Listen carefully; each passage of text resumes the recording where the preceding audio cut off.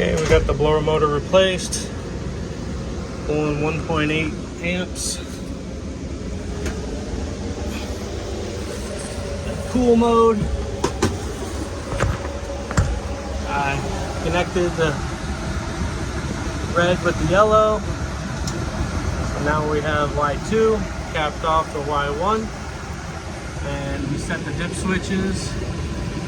It's on high speed for a 3-ton, even though I have a 3.5-ton air handler. Have to match the CFM for the condenser.